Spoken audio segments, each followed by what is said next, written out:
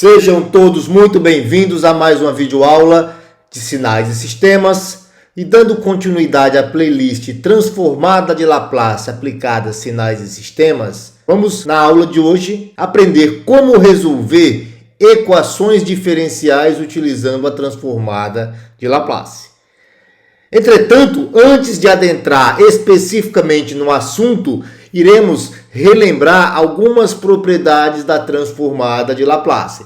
Então, conforme mencionado em videoaula anterior, nós temos tabelas de transformadas de Laplace e de propriedades da transformada de Laplace. Então, eu citei a tabela 4.1 e a tabela 4.2 do livro do Latte.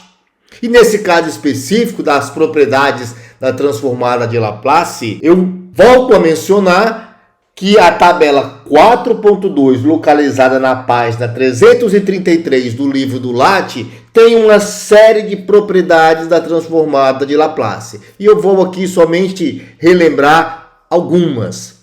Então, primeiro, deslocamento no tempo. Então, sabendo que x de t é um sinal no tempo que possui uma transformada de Laplace x de s, então, para t0 maior do que 0, se eu fizer um deslocamento no tempo, ou seja, x de t menos t0, eu tenho que a transformada de Laplace desse deslocamento no tempo é xs que multiplica e elevado a menos s t0. Assim como eu tenho um deslocamento na frequência.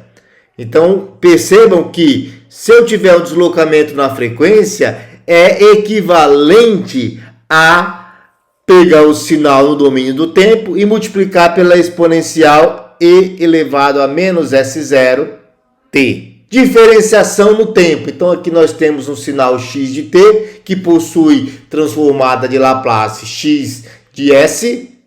A derivada primeira desse sinal, nós temos que s x de s menos x de t igual a 0 menos. Então esse é um dos motivos em que a transformada de Laplace é especialmente útil para análise de sistemas, porque ela leva em consideração a condição inicial do sistema. A derivada segunda de um determinado sinal x de t, aplicando a transformada de Laplace, é equivalente a s ao quadrado, que multiplica x de s, menos s que multiplica x de 0 menos, ou seja, o valor inicial, a condição inicial, menos a derivada primeira em t igual a 0 menos. E assim sucessivamente. Nós temos a integração no tempo, sinal x de t possui transformada de Laplace dada por x de s. A integral desse sinal no tempo de 0 a t corresponde no domínio da frequência a x de s sobre s.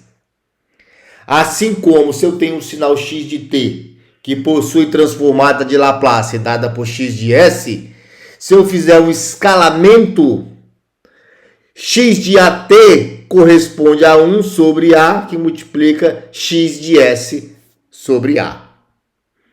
Então, só relembrando, essas propriedades da transformada de Laplace são deduzidas no capítulo 4 do livro do Latte, a partir da página 324, sendo resumida através da tabela 4.2 na página 333. Convolução no tempo e na frequência. Então percebam aqui que a convolução no tempo é equivalente à multiplicação na frequência, assim como a multiplicação no tempo equivale à convolução no domínio da frequência multiplicada por 1 sobre J2π. Então, conforme eu havia mencionado, a transformada de Laplace é muito útil para a solução de equações diferenciais, em que eu posso transformar a minha equação diferencial em uma equação algébrica, levar em consideração as condições iniciais e resolver essa equação diferencial de forma bem simples. Então, eu tenho essa equação diferencial, y de 0 menos é igual a 2,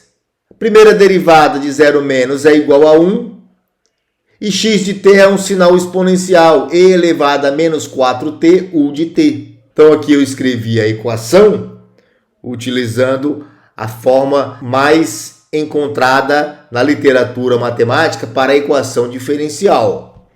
E agora eu vou aplicar a transformada de Laplace. Então aqui a transformada de Laplace da derivada segunda de y de t. Aqui eu tenho a transformada de Laplace da primeira derivada de y de t. X de s é dado por 1 sobre s mais 4, que é a transformada de Laplace da função exponencial. Isso aqui é tabelado, tabela 4.1 do livro do Latte. A derivada primeira de x de t.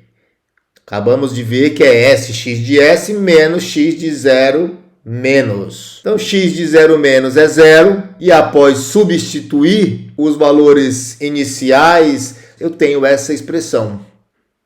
De tal forma que y de s é dado por essa expressão.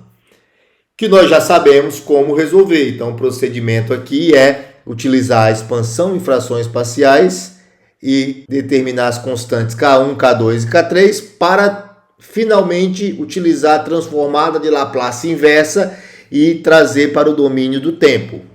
Então, todo esse processo foi omitido de tal forma que y de t é dado por essa expressão. E aqui nós temos o exercício da página 337, é o E4.6. Então aqui nós temos a transformada de Laplace. Não foi mencionado as condições iniciais, mas no exercício da página 337, nós temos que x de t é a função degrau unitário, y de 0 menos é 1, e a primeira derivada da função y de t em t igual a 0 menos é igual a 2. Então, utilizando a propriedade da transformada de Laplace para a primeira e para a segunda derivada, nós chegamos nessa expressão que pode ser algebricamente manipulada. O aluno já sabe, a partir desse ponto, qual é o procedimento para determinar y de t. É a expansão em frações parciais, e uma vez expandida a função y de s, eu utilizo a transformada de Laplace inversa para obter y de t. Agradeço a todos que assistiram esta videoaula e até a próxima.